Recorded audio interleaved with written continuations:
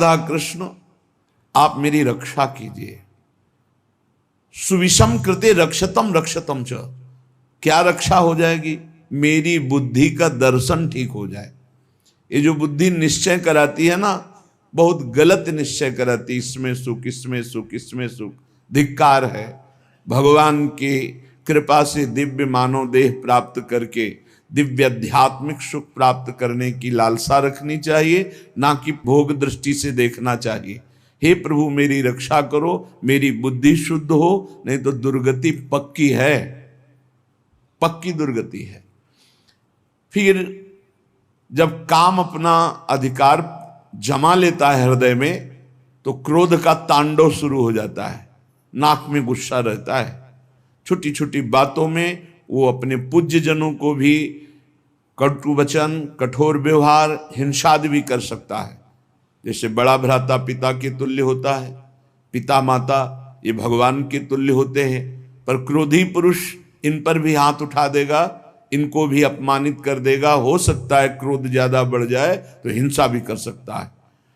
ये राक्षसी बुद्धि के लक्षण हैं, जो माताओं बहनों में काम भाव देखना और क्रोध करना। ये क्रोध बहुत बड़ा अनिष्टकारी, कभी किसी का क्रोध से मंगल नहीं हुआ, कभी किसी का मंगल नहीं हुआ। क्रोध को क्षमा के द्वारा नष्ट करना चाहिए। नाम जप से ऐसा धैर्य धारण करना चाहिए, जो आपके प्रति अपमान की क्रिया, प्रतिकूल क्रिया, तिरस्कार क्रिया, अहित क्रिया करे, उसको भी क्षमा कर दो। क्षमी अद्वेष्टा सर्वभूतानां मैत्रा करुण एव च निर्ममो निरहंकारां सम दुखा सुखः क्षमी। क्षमी क्षमावान, क्षमावान बलवान होता है, क्रोधी बलवान नहीं होता, वो कमजोर होता है। क्षमावान बलवान होता है। क्षमा के द्वारा क्रोध का नाश करो।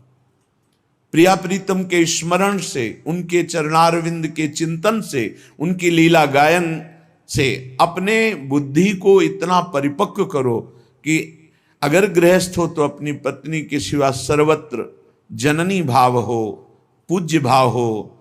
प्रियाजू की सब सखियां हैं या स्वयं जगत अम्बा इन रूपों में विराजमान हैं, ऐसा पवित्र भाव करो। जैसे हम अपने घर में जवान बहन, जवान बेटी, जवान परिकर के साथ रहते हुए कभी दोष बुद्धि नहीं होती, कभी ये भाव ही नहीं आता ये स्त्री है, मेरी बहन, मेरी बेटी। ऐसे ही चराचर जगत का भाव बन जाए तो हमारी बुद्धि शुद्ध हो जाए। असूया, क्रोधासूया। असूया दूसरों के गुणों में दोष देखना, किसी भी व्यक्ति का छिद्रावेषण करना, इसमें क्या दोष है, ये देखने का अधिकार केवल गुरु को है या पूज्य जनों को है, वो भी अपने निज शरणागतों के, अन्य के नहीं। और वो भी उसे निर्दोष करने के लिए, निंदा या अपमानित अवहेलना करने के लिए नहीं। दूसरों के गुणों में दोष देखना ये सबसे बड़ी हानिकारक वृत्तियां हैं। ये जो वर्णन की जा रही है, माता बहनों में काम भाव और क्रोध भाव और दूसरों के गुणों में दोष देखना और मद, किसी भी प्राकृतिक वस्तु को लेकर के जो अहम वृत्ति प्रकट होती है उसे मद कहते हैं। ये मद नष्ट करने वाला होता है। जब मद होता है तो उसे कुछ सुहाई नहीं देता है, क्या करना चाहिए क्या नहीं करना चाहिए ऐसा अहंकारी पुरुष निर्णय नहीं कर सकता, वो तो पवित्र बुद्धि वाला निर्णय करता है। इसलिए अहंकार सर्वथा त्याज्य है, क्योंकि ये समस्त संस्कृति का मूल और दुख ही इससे प्राप्त होता है। जैसे क्रोध से हानि ही होती है, दूसरों के दोष देखने से अपने पुण्य ही नष्ट होते हैं, ऐसे अहंकार करने से नाश ही होता है, पतन ही होता है। और पिशुनता, दूसरे की चुगली करना, ये भगवत मार्ग में बहुत हानिकारक बात है। ये सुना ऐसा ऐसा ऐसा, और बड़े खुशी हो रहे हैं दूसरे की न्यूनता का वर्णन करके, दोषों का वर्णन करके, चुगली वर्णन करना। पिशुनता, दूसरे की बात किसी दूसरे से करना। और दंभ, जो तुम्हारे जीवन में है नहीं उसे दिखावा मत करो। जो हृदय में है, जो वाणी में है, वही आचरण में होना चाहिए। अगर तीनों का मिलान नहीं होता तो उसे दंभ कहते हैं। वाणी से कुछ और, हृदय में कुछ और, आचरण में कुछ और, उसे दंभी पुरुष कहते हैं। जिसका वचन एक, मन एक, आचरण एक, उसे संत कहते हैं, उसे भगवत भाव वाला महाभागवत कहते हैं। लोभा अनृताद्य, लोभ, धन का लोभ, नाना प्रकार के विषयों का लोभ, ये अगर मिटाना है तो नाम जप करना होगा। नाम जपने का जितना लोभ बढ़ाओगे तो ये और सब लोभ हट जाएंगे। लोभ पास जेहि गल न बंधाया, सो नर तुम समान रघुराया। और अनृत है झूठ बोलना। झूठ बोलना बहुत सहज होता जा रहा है, इसीलिए भजन में बड़ी हानि, बड़ा निषिद्ध है झूठ बोलना। शास्त्र में बहुत इसे रोका गया है। आज तो झूठे ही लेना, झूठे ही देना, झूठे ही भोजन, झूठ चवेना, हर बात में झूठ बोल रहे हैं लोग। झूठ को पाप ही नहीं समझ रहे, वाणी को शासन में नहीं ले रहे कि मुझे सत्य बोलना है, बस झूठ पे झूठ, जितना नाटक बोला जा सके, यहां तक कि अपने गुरुजनों से भी झूठ। अब इससे ज्यादा क्या होगा? संसार में एक जगह ऐसी है जहां झूठ वैसे तो कहीं नहीं बोलना चाहिए, पर किसी भी कारण से गुरुदेव से तो बोलना ही नहीं चाहिए। अगर गुरुदेव से झूठ बोला तो गुरु से कपट, मित्र से चोरी, या हो निर्धन या हो कोढ़ी। इस जन्म में नहीं तो अगले जन्म में तुम्हें कुष्ठ रोग होगा, गलित कुष्ठ होगा। गुरुदेव से अनृत बोलना, कपट करना, छल छुपाव करना, चलो इस जन्म में नहीं तो कल्याण तो नहीं होगा, मोक्ष को तो प्राप्त होगे ही नहीं, अगला जन्म जरूर कुष्ठी बनोगे, या फिर ऐसी दरिद्रता को प्राप्त होगे कि जो जीवन भर महान कष्ट देता रहे। अनृत बोलना, झूठ बोलना, क्यों बोलना? अगर हम गलत हैं तो फिर हमें दंड मिलना चाहिए, हमारा सुधार हो जाएगा, पवित्र हो जाएंगे। गलत नहीं है तो तुम जो सोचा करो, हम सत्य बोलेंगे। व्यापार आदि के लिए भी झूठ बोलने की कोई आवश्यकता नहीं, सब कोई जानता है मुनाफा के लिए व्यापार होता है। आप अपना नियत जो मूल्य है उसमें मुनाफा जोड़ करके आप बेचिए, झूठ मत बोलिए। झूठ बोलने से कोई व्यापार थोड़ी बढ़ जाएगा। अगर आप झूठ बोल करके पैसा कमा रहे तो परिवार में अशांति, क्लेश, दुख, नाना प्रकार की रोग विपत्तियां घेर लेंगी। सत्य मार्ग पर चलो। श्रीपाद कह रहे हैं यदि इस जन्म में तुझे मंगल गति प्राप्त करनी है तो अपनी बुद्धि की राक्षसी प्रवृत्ति को रोको, माता बहनों के प्रति काम भाव मत करो, किसी से क्रोध से वर्ताव मत करो, दूसरों के गुणों में दोष दर्शन मत करो, अहंकार मत करो, किसी की चुगली मत करो, जो तुम्हारे जीवन में नहीं वो नाटक मत करो, दंभ मत करो, दिखावा मत करो, लोभ मत करो, झूठ मत बोलो। क्या होगा इससे? इससे आपके अंदर भगवत भाव जागृत होगा। ये नरक पहुंचाने वाले हैं जितने लक्षण हैं, अभी समझ में नहीं आ रहा है, आ जाएगा समझ में। जिस समय दंड विधान लागू होता है तब लगता है कि कभी कोई जिंदगी में पाप ना करे। जब शरीर पीड़ा से युक्त, मन खिन्न, नाना प्रकार की विपत्तियां घेर लेती हैं, बड़ी अव्यवस्थाएं, तब उस जीव को लगता है मृत्यु हो जाए तो अच्छा। तो क्या होगा? मृत्यु हो जाने पर तुम कोई सुविधा में पहुंच जाओगे क्या? भारी दुख। मृत्यु के बाद कोई सुख? अरे सुख तो इस मनुष्य शरीर में है।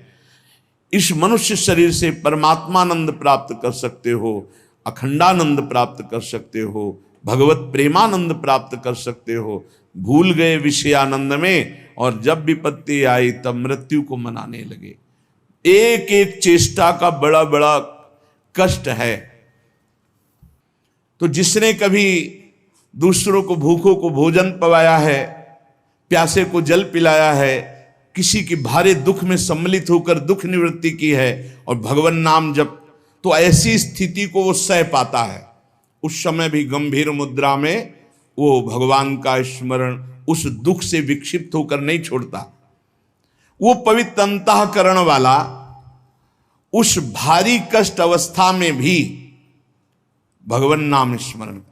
ध्यान देना, अगर दूसरे को कष्ट दिया है, कभी किसी का हित नहीं किया, कभी प्यासे को पानी नहीं पिलाया, कभी भूखे को अन्न नहीं पवाया, तो अंतिम समय तुम्हारा बाधित हो जाएगा। जो सत मार्ग है वो बाधित हो जाएगा। ये सिद्ध महापुरुष बोल रहे हैं। जो पुरुष कभी झूठ नहीं बोला, जो कभी किसी से झगड़ा नहीं करवाया, किसी का स्वभाव होता है दो मित्रों के बीच में झगड़ा करा देना, पति पत्नी के बीच में झगड़ा करा देना, ऐसा जो आस्तिक स्वभाव वाला और श्रद्धालु है, उस समय भारी दुख की अवस्था में सुख का उदय होता है उसके हृदय में। ध्यान दीजिए, कहा है कई बार सत्संग में कि जो भगवत मार्ग का पथिक है उसकी जब मृत्यु होती है तो जन्मत मृत दुषा दुख हो, ये नहीं होता। जैसे विशाल हाथी के गले से फूलों की माला टूट जाए, उसे पता भी न चले। तो कह रहे हैं उस समय उसके हृदय में एक अद्भुत सुख प्रकट होता है और वो सुख पूर्वक शरीर छोड़ता है, सुख पूर्वक मृत्यु को प्राप्त होता है। सुख पूर्वक मरना, आनंद पूर्वक, जैसे स्वप्न में इस शरीर का भान नहीं रहता, सैया में पड़ा है, ऐसे स्वप्नवत शरीर छूटा और वो जो देवता की, जिस इष्ट की आराधना की, वो वहीं प्राप्त हो जाता है जाकर। पर यह साधारण नहीं है सुखपूर्वक मृत्यु होना। जो सदैव अपने गुरु की आराधना में संलग्न रहा है, कभी किसी वैष्णव की निंदा नहीं की है, सात्विक भोजन पाया है, हम आपको सच्ची कहते हैं, जो शास्त्रों में मना किया गया है उसके अनुभव के चक्कर में मत पड़ना। ऋषियों ने अनुभव करके बताया, मत खाना। भजन में अगर चलना है तो प्याज, लहसुन, मसूर की दाल, जो जो भी मना किया गया मान लो। ब्रह्म ऋषियों ने जो जो निषेध किया है वो नहीं पाना चाहिए। यहां कह रहे हैं जो गुरु की सेवा में संलग्न है, जो किसी की निंदा नहीं की और जो सात्विक आहार करता है, सतोगुणी आहार करता है, और जो लज्जाशील है और भगवान की शरण में है, मृत्यु के समय उसे कष्ट नहीं होता, उसे कष्ट नहीं होता। जो सात्विक आहार करता है, गुरु सेवक होता है, कभी किसी की निंदा नहीं करता है, उदार वृत्ति होती है, जो गुण गंभीर स्वभाव वाला होता है, भगवान का आश्रय लिए होता है, वो अंतिम समय सुखपूर्वक मरता है। भाई जी कैसे गए? जैसे कोई गाड़ी में चढ़ने जा रहा हो, सबसे ऐसे मिलके गए। अगर मन वचन शरीर से कभी किसी को कुछ भी दुख पहुंचा हो तो आज मैं राधा माधव के पास जा रहा हूं, मुझे क्षमा कर देना। भाई जी महाराज बड़ा करुण क्रंदन, निज जन सब एकदम आर्त भाव, भाई जी सबसे ऐसे हाथ जोड़ते हुए, ये मृत्यु है। और इधर पूज्य पंडित गया प्रसाद जी ने देखा पालकी में नवीन सखियां और एक नई किशोरी बैठी हुई, देखा रे तो भाई जी महाराज जा रहे हैं वृंदावन। गिरिराज जी की तलहटी में देखा कि भाई जी महाराज आ रहे हैं वृंदावन। तो हे पिताश्री, जो मनुष्य कामना से युक्त होकर के, क्रोध से युक्त होकर, द्वेष से युक्त होकर अपने धर्म का त्याग कर देता है, शास्त्र की गुरु की आज्ञा का पालन नहीं करता है, वो मृत्यु के समय भयानक दुख को प्राप्त होता है। उस समय सब चतुराई विस्मृत हो जाती है। अब उस समय क्या आएगा चिंतन में, वही बनना पड़ेगा जो आ जाएगा। जिन्होंने मृत्यु काल उपस्थित होने पर भगवद आश्रय लिया है, उनको जलन नहीं होती। जिन्होंने जीवन में किसी की भी मृत्यु का अवसर समय, तभी कहते हैं ये लाभ एक बार जरूर सब ले। आसपास कोई पशु पक्षी मनुष्य मरणासन में हो, उसके पास जाके नाम सुना दो, चरणामृत पिला दो, वृंदावन की रज लगा दो। अपने लोगों के पास ये होना चाहिए। एक बार हमने कहा था कि एक छोटी सी बैग सबके पास कपड़े की होनी चाहिए, जिसमें चरणामृत, रज, जपमाला, चतुराशी जी, सेवकवाणी, सुधानिधि, ये हमारे सामग्री हमारे पास है। कभी भी प्राण निकले तो है। अगर कभी किसी दूसरे को ऐसा अवसर कि प्राण निकल, तो आप थोड़ी रज लगा दिया मस्तक में, चाहे पशु ही क्यों न हो, उसके मुख में एक कण रज का डाल दिया, चरणामृत डाल दिया, नाम सुना दिया, राधा राधा राधा राधा। अब ये वो बीज बो गया जो आपके अंतिम समय काम आएगा। जब आपका अंतिम समय होगा तो भगवान किसी को भेजेंगे या स्वयं आएंगे और आपके मंगल का संविधान रच देंगे। जीवन में एक बार तो कर लो। आसपास कहीं पड़ोस में कहीं कोई ऐसा दिखाई दे अवसर। आजकल तो लोग इतने बेपरवाह हैं कि सामने कोई तड़प रहा है, एक्सीडेंट हो गया है, तो वीडियो जरूर बना लेंगे, खिड़की खोल के गाड़ी बढ़ा के निकल, कौन झंझट में फंसे। तो तुम जब फंसोगे तो तुम भी ऐसे तड़पोगे। ऐसा नहीं, प्राप्त सेवा का तिरस्कार करने वाले को दंड मिलता है।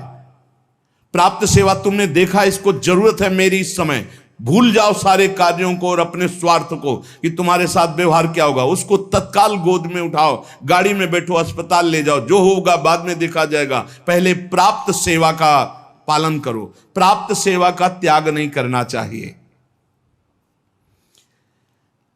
जब ये नीच मनुष्य दूसरों को कष्ट देना, झूठी गवाही देकर के फंसा देना, पैसे के बल से, ध्यान से सुना जाए, पैसे के बल से निर्दोष को दंड दिलाना या निर्दोष को दंड देना।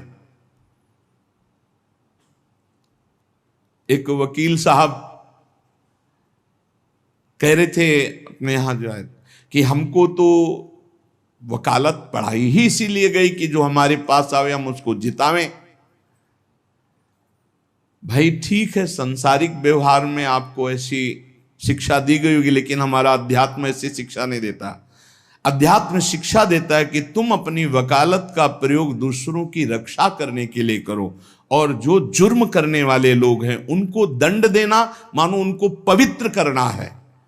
अगर आप जानते हैं ये जुर्म से युक्त है, दोष से युक्त है, और पैसे के बल से उसको निर्दोष साबित कर देते हैं, तो वो और आप दोनों दंड के भागी बनेंगे, परिणाम में आपको दुख भोगना पड़ेगा। अगर उसे दंड मिल जाता है तो वो पवित्र हो जाता है, आप बच जाते हैं। आपकी वकालत होनी चाहिए दूसरों को बचाने के लिए, जो निर्दोष हैं, और जो दोषी हैं उनको दंड देना, ये वकालत का आपका फल होगा।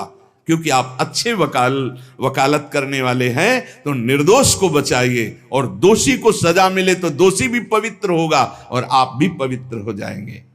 जो लोग झूठी गवाही देते हैं, जो पैसे के बल से दूसरों को, जो निर्दोष हैं उनको दंड दिलाते हैं, दोषियों को मुक्त कर देते हैं, चाहे कोई भी हो, जो बुरी बातों का उपदेश देकर भोले भाले लोगों को फंसाते हैं, जो शास्त्र और संतों की निंदा करते हैं, उनका जब मृत्यु का समय आता है तो भयानक दुख होता है, और उस दुख के समय उनकी दुर्गति का रूप सामने होता है। सुअर, कुत्ता, राक्षस क्या बनना है वही सामने आया और वही उनकी योनि प्राप्त होगी। फिर वो तड़पते हुए मृत्यु को प्राप्त होते हैं। श्री जैमिनी जी ने एक दिव्य पक्षी उनके सामने प्रकट हुआ। ब्रह्म ऋषि किसी भी रूप में अपने जनों को उपदेश देने के लिए प्रकट हो सकते हैं। चैतन्य तेजोमय पक्षी। तो जैमिनी जी ने पूछा कि आपके दर्शन से ही लगता है कि आप त्रिकालज्ञ हैं। जैसे पक्षियों में काकभुसुंड जी, गरुड़ जी, ये सब त्रिकालज्ञ सर्वज्ञ महापुरुष हैं। तो आप हमें ये बता सकते हैं कि जीव ये दुर्गति को प्राप्त क्यों होता है? चैतन्य घन परमात्मा का अंश अपने को आनंद की खोज के लिए भोगों में फंसा रहा है, ऐसा क्यों होता है? तो उस दिव्य पक्षी ने कहा, महर्षि, मैं आपके मन के संशय को देखकर ही पक्षी रूप धारण करके आया हूं। पूर्व काल में एक परम बुद्धिमान भृगुवंशी ब्रह्म ऋषि थे। उनके सुमति नाम का एक बहुत ही तेजस्वी पुत्र हुआ। जब वो बड़ा होने लगा तो वो शांत और जड़वत पागल, कुछ नहीं बोलना, एक शब्द नहीं बोलना। जब उपनयन संस्कार यज्ञोपवीत हुआ, ब्रह्म ऋषियों में होता है, तो पिता ने कहा, सुमते, आज तक मैंने तुमसे कुछ नहीं कहा, लेकिन अब तुमको गायत्री अध्ययन, मंत्र अनुष्ठान, वेदाध्ययन ये सब करना होगा। भिक्षान्न से शरीर पोषण करो, गुरुकुल में वास करो, वेदों का अध्ययन करो, गायत्री अनुष्ठान करो, पूर्ण ब्रह्मचर्य, ब्रह्म तेज संपन्न हो, फिर गृहस्थाश्रम में प्रवेश करो और उत्तम धर्म का अनुष्ठान करके भगवत प्राप्ति करो। मनुष्य जीवन का यही लक्ष्य है। प्रथम चरण जिंदगी का जिसका ब्रह्मचर्य से जाता है, पूरा जीवन आनंदमय होता है। आज ऐसी दुर्दशा हो रही है कुसंग से, कुछ मोबाइल का कुसंग, कुछ बच्चों का ऐसा कुसंग कि क्रम बाय क्रम ये रोग फैलता चला जा रहा है। ब्रह्मचर्यहीनता, ब्रह्मचर्य का त्याग, सर्वतो भावेन ब्रह्मचर्य का नाश ही आज के बच्चे सुख मान रहे। जब प्रथम नींव ही गलत हो गई तो महल कैसे खड़ा होगा? फिर जिंदगी अशांत। नए नए बच्चे आते हैं डिप्रेशन में और कहते हैं कि मैं अपने शरीर को नष्ट करना चाहता हूं, अब मेरी जीने की इच्छा नहीं रह गई क्योंकि मेरे में उत्साह नष्ट हो गया। हर समय हम डिप्रेशन में रहते। पहला आश्रम ब्रह्मचर्य आश्रम है सबका, सबका पहला आश्रम ब्रह्मचर्य। फिर जो गृहस्थ, वानप्रस्थ, सन्यास या ब्रह्मचर्य सीधे सन्यास। बेटा तुम इन नियमों का पालन करो तो तुम्हें ब्रह्म की प्राप्ति होगी। कौन सा शोक है जो तुमको बोलने नहीं देता? मैं तेज से बता रहा हूं कि तुम साधारण जीव नहीं हो जो हमारे पुत्र बने हो, तुम्हारे ब्रह्म तेज से, पर तुम पागल जैसे रहते हो, एक भी शब्द नहीं बोलते हो। जैसे जड़ भरत जी हार गए, पिता पधार गए, लेकिन कभी गायत्री कभी उच्चारण नहीं किया। संपूर्ण ब्रह्म ज्ञान उनको प्राप्त। जब अनेक बार कहा तो सुमति जी कुछ नहीं बोले। पिता ने स्नेहवश फिर कहा, बेटा तुम छल मत करो, मुझे पता है तुम बोल सकते हो और तुम ज्ञानी महात्मा हो, मुझे पता है तुम्हारा तेज ऐसा है, तुम पागल नहीं हो। जब बार बार कहा तब सुमति ने हंस दिया और उसका, पिताजी ये जो आप उपदेश कर रहे हैं ये बहुत बार, बहुत जन्मों में कर चुका हूं। मैं उस तत्व को प्राप्त हो चुका हूं जिसके जानने के बाद कुछ जानना बाकी नहीं रहता। इसीलिए मैं जड़वत पागल आचरण करता हूं कि आप हमको ये ना समझ पाए कि मैं आपका पुत्र बहुत विद्वान या बहुत ज्ञानी हूं।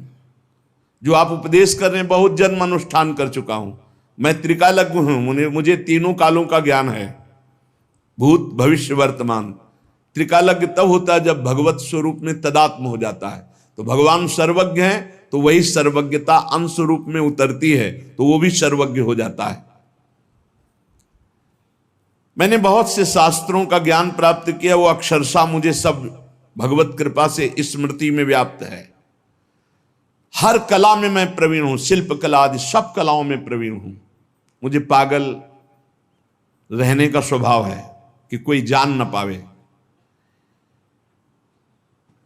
इस समय मैं आपके और अपने 10,000 जन्म तक को देख रहा हूं। स्वाभाविक खेद, क्षय, क्षोभ ये हमें स्पर्श भी नहीं कर सकते। संतोष, आनंद वृद्धि ये सदैव हमारे हृदय में होती रहती है। शत्रु मित्र इनका मुझे भान भी नहीं, सब में एक ब्रह्म व्याप्त है, ये अनुभव है। पिताजी आप पत्नी और पुत्र के संयोग वाले हैं। आप मुझे पुत्र भाव से देख रहे हैं। अनेक बार तुम हमारे बेटा बन चुके हो। मैं 10,000 जन्म तक तो ऐसे ही देख रहा हूं, स्वाभाविक। अगर ध्यान करके देखो तो लाखों जन्मों को देख सकता हूं। कई बार तुम हमारे पुत्र बन चुके हो, कई बार पत्नी बन चुके हो। वो तो बहुत आश्चर्य में हो रहे कि अभी तक तो बोला नहीं, बोला तो इस कोटि का बोला। तभी भगवत ऋषि जी कहते हैं हर समय मौन रहे, बोले ना बोले तो हृदय की ग्रंथि खोले, जड़ चैतन्य का भेद मिटा दे, वो महाभागवत होता है। पिताजी मैंने हजारों बार महान से महान सुख और महान से महान दुख भोगे हैं जो मेरी स्मृति में है। लाखों माताओं के गर्भ में विष्ठा और मूत्र के बीच में मैं पला हूं, मुझे याद है। अपने लोगों को इसी जन्म का याद नहीं है। इसी जन्म में जो मां के गर्भ में थे याद नहीं, कोई घटना, कोई दुख, एक पाई भर भी स्मृति नहीं। इतने ज्ञानी हैं। सोचो ये महाराज सुमति जी कह रहे हैं कि मुझे 10,000 वर्ष का तो ऐसे ही दिखाई दे रहा है, अगर ध्यान धरूं तो लाखों जन्म का बता सकता हूं। मैंने लाखों बार माताओं के गर्भ में विष्ठा और मूत्र के बीच में पला हूं, मलाशय और मूत्राशय के बीच में। मैंने लाखों प्रकार के रोगों को भोगा है, हर योनियों में मुझे ज्ञान है। गर्भावस्था में जो दुख होता है बड़ा अपार दुख होता है। मैंने बचपन, जवानी, बुढ़ापा सबको देखा है। मैं हर योनियों में गया हूं, मुझे हर योनि का पशु, मृग, कीट, पक्षी, मनुष्य, स्त्री, देवता सब बना हूं।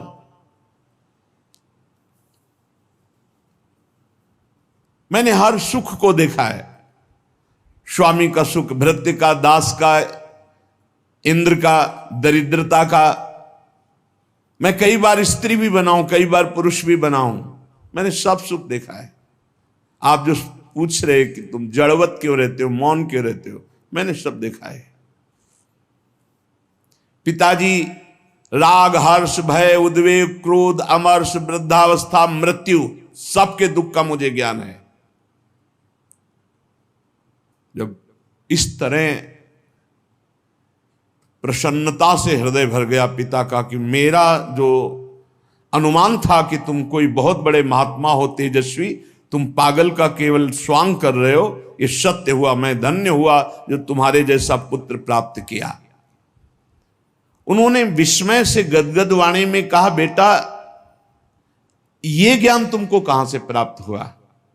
मैं भी तो साधना करता हूं, मैं भी ब्रह्म ऋषि हूं। तुम जड़ता का स्वांग कर रहे थे, इतने बड़े ज्ञानी महात्मा हो कि तुम्हें 10,000 वर्ष जन्म की बात याद है। फिर तुम जड़ता का भाव धारण करके मेरे यहां जन्म क्यों लिया? जब इतने सिद्ध हो तो तुम्हें मुक्त हो जाना चाहिए। क्या किसी मुनि का शाप है या देवता का शाप है जो तुम हमारे यहां पुत्र हुए? ये ज्ञान तुम्हारा दिव्य है, तुम्हें मुक्त हो जाना चाहिए। तुम जन्म क्यों लिए? मैं ये रहस्य जानना चाहता हूं, बड़ा कौतूहल है मुझे। पुत्र ने कहा सुमति जी ने कि पिताश्री, पूर्व जन्म में मेरे साथ जो घटना घटी जिसके कारण मैं जन्म लिया वो मैं तुम्हें बताता हूं। पूर्व काल में मैं निरंतर परमात्मा का ध्यान करने वाला महात्मा था, ब्रह्म ऋषि। अध्यात्म विद्या में पराकाष्ठा को पहुंचा हुआ महात्मा, समस्त अष्टांग योग से सिद्ध। देख लो, निरंतर भगवद अभ्यास में लगे रहना, संत पुरुषों का ही संग करना, अपने स्वभाव विचार परायण रखना और तत्वमसि इस महावाक्य की स्थिति प्राप्त करना। परमात्म तत्व में मेरी हर समय अभ्यास से स्थिति हो रही थी। बड़े बड़े साधक मेरे शिष्य बनने लगे। मैं बड़े बड़ों का प्रश्न का संदेह निवारण करता और मैं आचार्य पदवी पर बैठ गया। पर मेरा एकांत सेवन, भगवत चिंतन, इस पे बाधा पड़ गई। दैवात किंचित बचा हुआ अज्ञान मेरे अभ्यास में बाधा डालने लगा। मेरा ब्रह्म भाव में जो रति हो रही थी पलट गई। हो रही थी, पूरी हुई नहीं थी। अगर हो गई फिर नहीं पलट सकती। जैसे भुना हुआ चना दोबारा नहीं जग सकता। मेरा एकांत सेवन नष्ट होने लगा, मेरे सद्भावनाएं नष्ट होने लगी और मैं संभल नहीं पाया और प्रमाद स्थिति में मेरी मृत्यु हो गई। पर मैं सत्यमय जीवन व्यतीत किया था, उसके प्रभाव से मुझे पुनः ब्रह्म ऋषि कुल में ही जन्म हुआ और मैं पुनः ही ब्रह्म ऋषि। अब मैं किसी को उपदेश नहीं करूंगा, इसीलिए मौन रहता हूं पागल जैसा। ना चेला बनाऊंगा ना किसी को उपदेश करूंगा।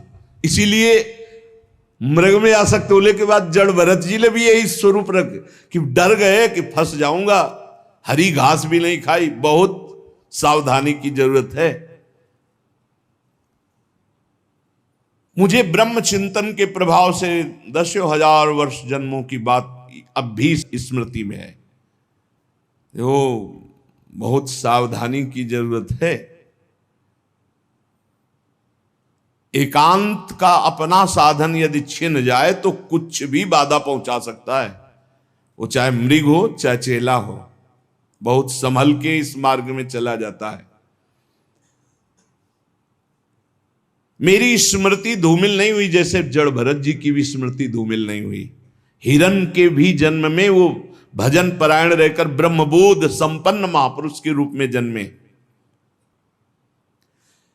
पिताजी पूर्व जन्म के अभ्यास में मैं जितेंद्री था, इसलिए अब भी मैं जितेंद्री ही हूं।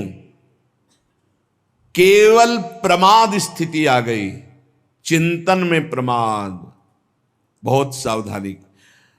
अब भविष्य में मेरा जन्म नहीं होगा क्योंकि मैं सावधान हूं, अब प्रमाद नहीं होने दूंगा। मैंने जो दूसरों को ज्ञान दिया था उस ज्ञान का कहीं ना कहीं मुझे अहंकार आ गया, इसलिए प्रमाद स्थिति आ गई। भ्रम न हो जाए, वो छुपा छुपी का खेल खेलता है, चेला नहीं है, वो जगत गुरु है। भगवान श्री कृष्ण कह रहे हैं मत्ता पर तरम नान्यत, मेरे सिवा अन्य कोई नहीं। तो कहीं गुरु बनने का अहंकार ना आ जाए। भगवान अपने भक्त की हर इच्छा को पूर्ति करते हैं तो वही आकर शिष्य रूप में शरणागत का स्वांग करते हैं। ये भूल गए तो देख ले, और कोई अपराध नहीं था, कोई अपराध नहीं था। प्रमाद स्थिति मैं ज्ञानी हूं, हम जागृत हो गया, एक जन्म बर्बाद हो गया।